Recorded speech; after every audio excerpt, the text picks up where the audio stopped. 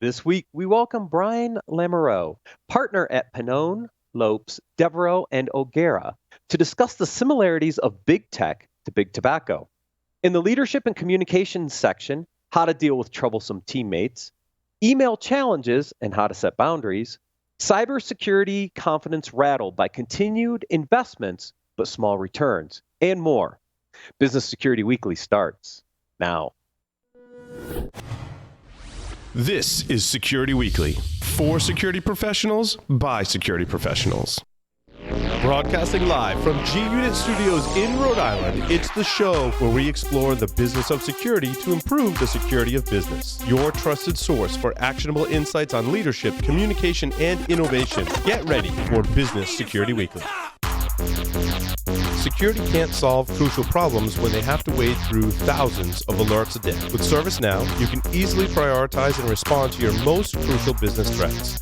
That way you can go from overwhelmed to under control. ServiceNow brings security, risk, and IT together on one platform. Learn more at securityweekly.com/ServiceNow. These days, it's rarely a case of if you'll be hacked and more of a question of when. Once the attacker has passed your defenses, they cover their tracks and systematically infiltrate your network to steal information or shut your business down. You need to rethink the way security is delivered for your digitally transformed business. And there's one security solution that delivers it all, NetScout. Get visibility without borders for consistent detection, mitigation, and prevention across any network, data center, cloud, 5G, and more. Learn more at securityweekly.com/NetScout. The question is simple. Have any of the systems on my network been compromised? The answer is harder than it should be. Enter AI Hunter. Active Countermeasures has automated and streamlined techniques used by the best pen testers and threat hunters in the industry to create AI Hunter, a network threat hunting solution that does the first pass of a hunt for you to identify systems that are most likely to be compromised and scores the results on a scale from 0 to 100. You can then research those systems in depth with AI Hunter. Focus your valuable time on the systems that need your expertise with AI Hunter. Sign up for a personal demo today at securityweekly.com/ACM. Welcome to Business Security Weekly. This is episode number 144, recorded September 23rd, 2019. I am your host, Matt Alderman, here in Colorado. Joining me from G-Unit Studio in Rhode Island is my co-host today, Mr. Paul Asadorian. Well, welcome, everyone. Thanks for having me today. It's going to be a fun discussion, as always. I dressed up for the occasion, apparently. Yes, I noticed both of you are all dressed up in studio, and Jason's out today because he can't talk. Oh, I don't know why. Stinks. Yeah, maybe too much excitement from the Patriots this weekend, I'm not sure. Oh, yeah, because that was a riveting game. So you don't miss AB anyway, so you're fine. You're all good. Yeah, I kind of do too, but you guys are funny. All right. We have exciting news about the Security Weekly webcast program. We are now partnered with ISC Squared as an official CPE provider. If you attend any of our webcasts, you will be receiving 1 CPE credit per webcast. Register for one of our upcoming webcasts with Extra Hop, SaltStack, ServiceNow, or Security, or all of them, by going to securityweekly.com/webcasts. If you've missed any of our previously recorded webcasts, you can find them in our on-demand library at securityweekly.com/on-demand. Security Weekly will be at Hacker Halted in Atlanta, Georgia, this October 10th and 11th. If you are attending and would like to sponsor an interview, please submit your request on our conference request form at securityweekly.com/booking. EC Council is offering our listeners a $100 discount to attend the 2-day conference. Use discount code HH19SW when you register, or go to securityweekly.com/hackerhalted and register there. Our guest, Brian Lamoureux, is a partner at Pannone, Lopes, Devereaux, and O'Gara in Johnston, Rhode Island, where he practices commercial litigation, employment law, construction law, as well as handles legal issues relating to social and digital media and cybersecurity. He is also a practitioner faculty member at Providence College, where he teaches business law and an MBA course he created called Digital and Social Media in the Business Environment. Brian, welcome to Business Security Weekly. Thank you, Matt. So you're in studio with Paul, so you guys are going to have all the fun, and I'll try to chime in whenever I get an opportunity. But we wanted to talk a little bit about some of the similarities or parallels of big tech to big tobacco. And as we were prepping for this call, there was a couple things that kind of stood out to me, and I'll get your take on this in a second. But when we think about big tobacco back in the day, there's a lot around addiction and nicotine and things. And the similarity maybe to that is screen time, that addiction to technology. Then we had the health concerns and what that was going to do to healthcare and other things. And we could see maybe some parallels over to privacy and some of those data concerns. So give us kind of an overview of where you see some of these parallels. Sure. Let me go back to how I got involved in this, because it's the story merges together. As a practicing attorney, 20 years ago, I was working on the cases that were brought against the tobacco industry. So the firm I worked at represented 4 states against the tobacco industry. So 20 years ago, I got exposed to a lot of the leading thinking on what the tobacco industry was doing for the last 60 years. So it put a public interest bug in my brain about how fascinating those issues were relating to marketing, test manipulation, and all other things that the tobacco industry engaged in. That case resolved, and the states got their billions of dollars, and I never really thought of it since then. But as I started to study big tech and screen time and start to see the studies coming out, the results started to gnaw at me, and I said, I've heard this before. Where have I heard the desire to get people hooked early? Where have I heard the manipulation of the tactile device and feedback so that the cigarette feels good to hold? Well, gee, I've heard this before. And I'm not up here saying that tobacco and smartphones are on the same par, because tobacco industry has a different sort of approach in terms of its market and its impact on health. Screen time has much different. Plus, it's really funny listening to this having a cigar, by the way. I'm doing my best to not cast aspersions. Well, but I think there's tobacco is an overarching term, right? There's lots of different cigars being one, cigarettes being one. Do they still? Is it chewable tobacco you'd put, or yeah, you can get the nicotine gum, right? But also like the snuff, the dips, and actual chewing tobacco, right? Is another form. And then I mean, it's not tobacco, but a lot of it is nicotine based. Is the vape industry as well? And being in the cigar industry, having a cigar show, we try to separate each of those and encourage regulators to treat all of those differently in many different aspects because they are so different. As they should be, right? We don't treat all food the same way. We don't treat all technology the same way. So that's a fair point. And what I'm really fascinated with now is the debate we're having this week and last week about vaping and where that's going. So all of these things are converging together. And what struck me about really the parallels between big tech and big tobacco wasn't necessarily about the health effects as much as it was about the marketing techniques and about the regulation that's coming down the pike, right? So the big debate on the campaign trail, Elizabeth Warren leading the charge is, break up big tech, right? Make Facebook go away or make it smaller. There were similar conversations 50 years ago or 40 years ago about how to handle the tobacco companies as well, not because of monopolistic concerns, but just because of health concerns. So I see a lot of parallels, and obviously there are lots of distinctions too. And I think that's an even different aspect to this discussion is the amount of control that large tech firms, specifically social media, have over, let's just say, the way we do business today. We feel a lot of that here, and sometimes it's positive and sometimes maybe it's not so positive, right? Apple, for example, has done, I'll start with the good. Apple's done a great job of allowing anyone to create a podcast, regulating it enough that it's not a cesspool, right? But allowing creative freedom and not censoring anyone in podcasts and making those podcasts available to everyone in a fair manner. I mean, I've been doing podcasts 15 years. Everything I've ever experienced with Apple has been positive in those lights, right? When we look at something like a YouTube, which has a much, much tougher mission, or they've brought a lot of that toughness on themselves, I think, I'm not sure, It can be difficult. They can be taking down your content for seemingly random reasons. They make it very difficult to work with them in an API capacity to build applications that use the YouTube platform. And they just make like weird decisions, like rounding up or rounding down your number of subscribers, like just bizarre things that can impact your business in a significant way, depending on what industry you're in.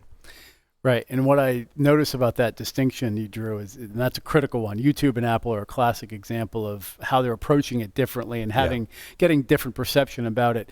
Apple's brilliance in that regard is they tend to be content agnostic. Yes. Right. Where once you start going into making business decisions or gatekeeping decisions based upon content, you're going to have this problem. And Apple, to its credit, and listen, Apple has had the luxury of being able to do that because they make their money on the portal and on the device, not on the content, not on the scrolls, not on the clicks. So YouTube makes their money from the ads. So correct. Yeah. So I can't really fault YouTube for wading in those waters because that's where they monetize those waters. Whereas Apple is just thrilled you dropped $1,000. And I think it's how YouTube's swimming around in those waters that aggravates people, right? That's right. That's right. And I think that's the next frontier we're going to have is content moderation. That's going to be a real challenge in the next 5 years. And consistency is the issue oftentimes with that, right? Because how do you build a business model around something that is not consistent? Like the services are not consistent. Yeah. So investors in any of this space want obviously returns on investment, but they also want predictability. They want to be able to say, if I put in this $1 million, will the landscape be as existing as it is now in such a way that I can recoup that money? If it's going to change because YouTube made a policy decision, that's really risky for me to fund this upstart YouTube blogger and fund some of their good stuff, because for all I know, they could go the way of Jordan Peterson, who will pack their bags and say, I'm going to go create my own platform. And the threat of regulation causes that uncertainty that can impact the market from, as you stated, an investment standpoint, right? If I'm an investor and I see regulation looming over Facebook or YouTube, and that's critical to the business I'm investing in, I might not invest. And in the investment dynamic that I'm seeing in this space, we don't, in my view, have a healthy long-term investment mindset with that money. What we have is, let's put in as much money as we can safely and rapidly grow that to some threat to one of the FANG companies and try to get one of those companies to buy us. In other words, the business model is not, I want to be a legitimate threat or I want to be a legitimate alternative to Facebook. Rather, I'm going to create this thing that becomes so annoying or attractive to Facebook that they buy me. That's, in my view, not a long-term healthy model to have 5 or 6 companies acting as sort of the pickers of the winners and losers of tech. And that's really what we're seeing. We're not seeing a lot. Podcasts are doing a good job at being a medium that is challenging to that, but the goal these days of all these companies is to get bought, and that's, I think, unfortunate. Yeah, no, I agree. Matt, I know you want to weigh in on that topic specifically. Matt's subject matter expert there. Yeah, I mean, obviously we've seen that, right? So, Brian, I think one of the questions is, where do we see some case law heading in this direction? Are we seeing parallels? I mean, yeah, we hear it on the campaign trail, and we've definitely seen Congress have hearings on aspects of this.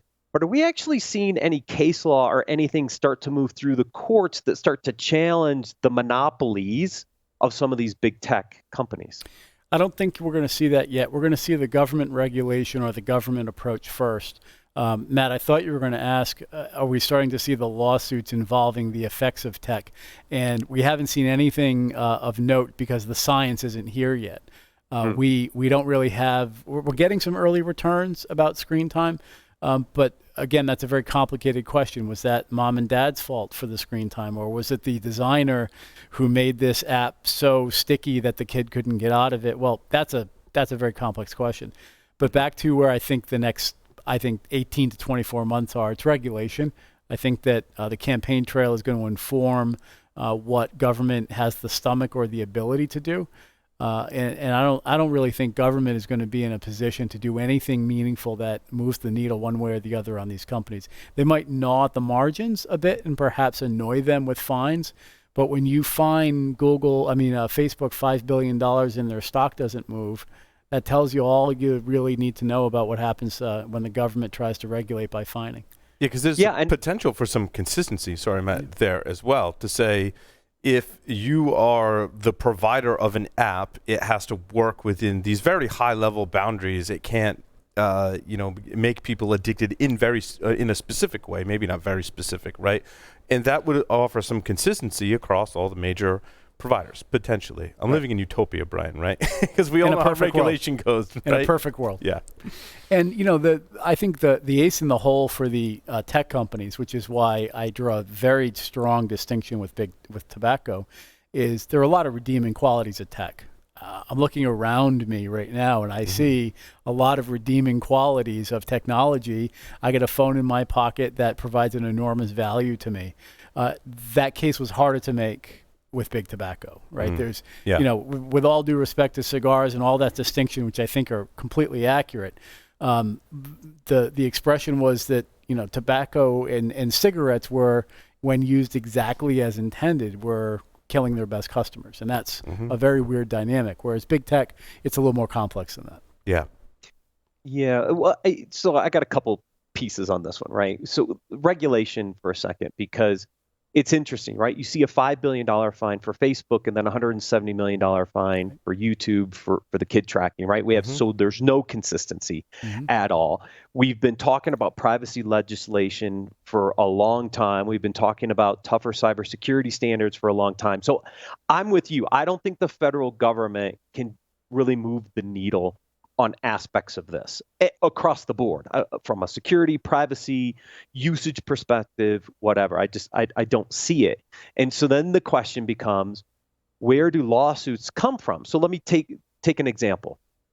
That phone in your pocket, it does a lot of good. It helps you every single day. But let's say you're on the road and you're using that phone and you slam into somebody and kill a bunch of people, right? We've seen a lot of texting related accidents, and you've seen a lot of promotion and awareness around this, but it's still happening every single day. Where does that go? Whose fault is that they're, that somebody is distracted driving because they're texting on this really great innovative technology? You can't really put it on the technology providers, can you? And so that's why I'm curious where case law potentially goes that moves the needles, because death is a potential with some of this technology used incorrectly, like in that example. That's right. And in your hypothetical, the person who's at fault in that example is me. And here's why. Apple, very, very smartly, when they rolled out their Do Not Disturb feature in one of the couple updates ago, was by default, and you had to turn it off. So Apple now gets to stand up at trial when someone sues them and said, "Oh, someone was texting on your device when they were driving." Apple gets to say, "Well, we gave the consumer the option to disable that capability while they were moving. They circumvented it and they went around it. No jury is going to award a penny against Apple because of that." And so, you see it in all the car systems today: AirPlay, Android Auto, or Apple, whatever the Apple one is, CarPlay. Right? CarPlay. You can't. You're limited in what you can do while you're moving. That's right. And so 35 years ago or 30 years ago, you remember the McDonald's lawsuits? There were two teenagers in the Bronx that hot coffee ones? No. This one was involving the obesity epidemic. Two teenagers in New York City sued McDonald's, claiming that their food made them obese and caused all sorts of health issues. And obviously that case went nowhere. But 6 to 7 months after that, McDonald's rolled out their premium salads on their menu. And all the lawyers watching that said, "Well, do you think they really make a lot of money on salads? Maybe, maybe not, probably not." Today it might be different, but it may be different, right? 20, 30 years ago, you're right. Yeah. But the skeptic in me said that was brilliant, because what that allowed them to do is to go in front of the jury and say, these teenagers could have bought this or they could have bought that. So when these tech companies give us the capabilities to turn these devices off, to or go in airplane mode, or to, turn them off, right? Like we ever do that. I'm really, really skeptical that anyone's going to look at a tech company and go, it's your fault. And particularly because those 12 jurors or 6 jurors, wherever you are going to have a device in their pocket too.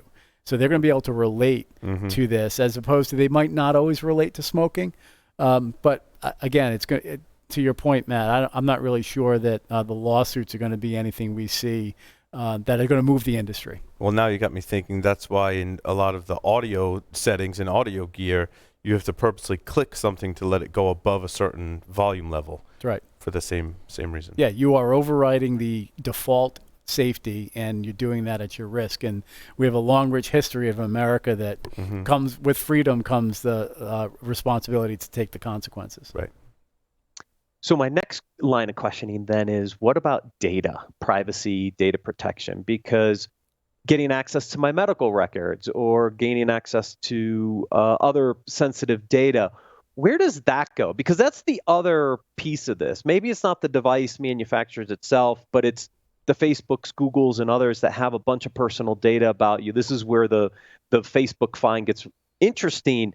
Does privacy now change the way we think about using technology? Where's the impact of that from a legal perspective at some point? This is where the lawsuits are coming. I think the next 5 to 10 years, we're going to see lawsuits involving the misuse, the misapplication, or the use of my data in a way that was never disclosed to me. And let me explain why. Our legal landscape, our regulatory landscape is based upon disclosure and consent.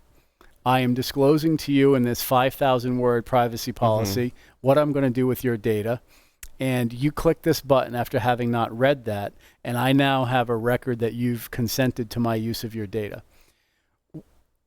What I'm seeing through the AI space and also insurance companies is what we're now seeing is a merging of independent data sets, separate data sets, through either things that can be found on public social media profiles, through databases that companies can purchase information from, like credit card purchasing.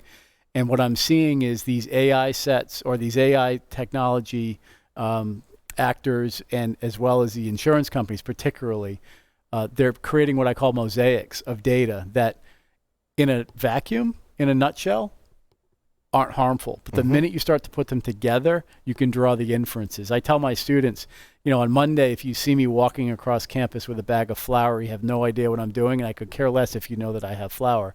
But if it's Tuesday and it's eggs, and Wednesday it's oil, and Thursday it's chocolate chips, well, now I'm making chocolate chip cookies, and I had no idea that someone saw all those things.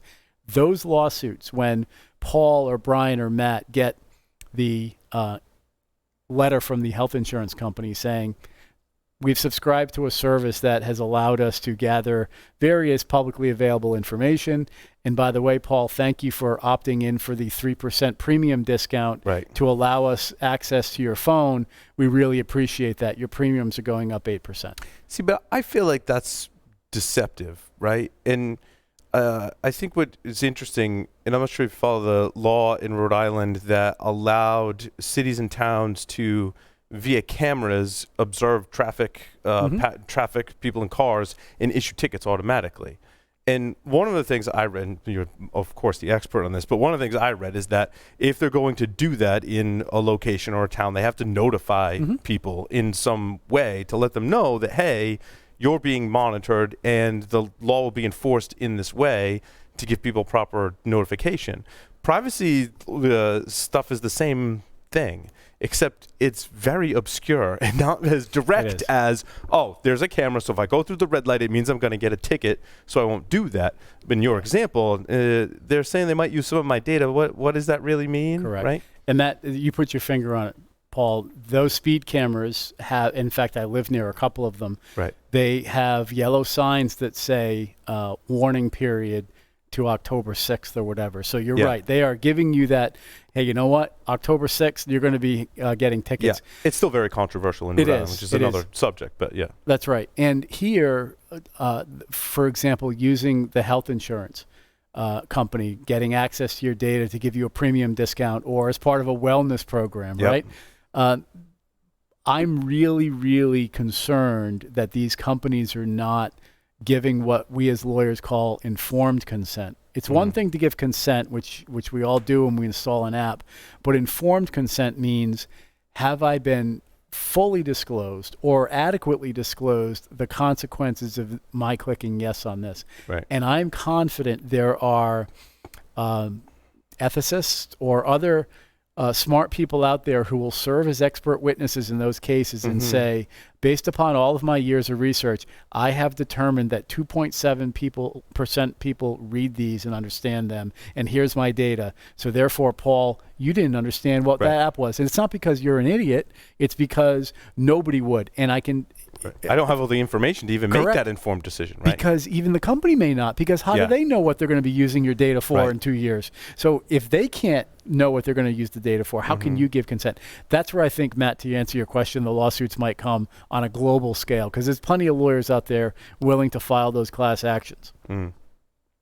Yeah, and I think that's where the interesting challenge from a privacy perspective comes in, is because if you don't know what you're agreeing to, and then that data is used against you in a negative way somewhere else down the road, I think that's where the big next hurdle will be. And it sounds like, that's kind of where maybe case law will start to come into play here a little bit. And then the question will be, under that, does that allow the government, back to regulation for a second, to enforce more regulation? Because maybe government can't do it up front. It takes some of these lawsuits to do it. Does that then give the government the ability to get a little stricter from a regulatory perspective to enforce this longer term? Or doesn't it go that way? It becomes part of the courts. It might. Well, we have to be careful. And let me draw a parallel back to big tobacco. One of the worst things that ever happened for public health was the placing of warning labels on cigarettes. Believe it or not. I know that sounds counterintuitive, but... No, I know where you're going, because cigar industry has similar in other countries, and differs per country, right? And historically in the U.S., when labels got put on the tobacco products, what that basically gave was the industry the ability to win at trial by saying, Mrs. Johnson, you've been smoking Camels for 22 years. This label was on all 22 of those years. Isn't that true, ma'am? She would say, yes, it was. And the tobacco company would win because she knowingly took that risk. So if the government comes in and says, here's what the privacy standards are, here's what the disclosures need to be, well, then those companies might be able to say, hey, we did what the government required us to do, and so we're fine. So we have to be careful with regulation, because my concern with regulation from a governmental perspective generally, and including here, especially in the big tech space, is that it's a solution in search of a problem.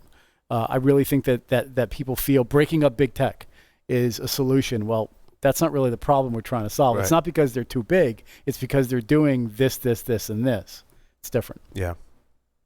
Right. Yeah, I'm not a big believer you break them up, but I do think there are violations of how they're using your data and monetizing it, right, in ways that you weren't aware of, and then there should be consequences for that, which is why we saw the Facebook fine. But to your point, it didn't move the needle on their stock because they were already anticipating a big fine and already prepared for it. Well, I think it also comes down to choice.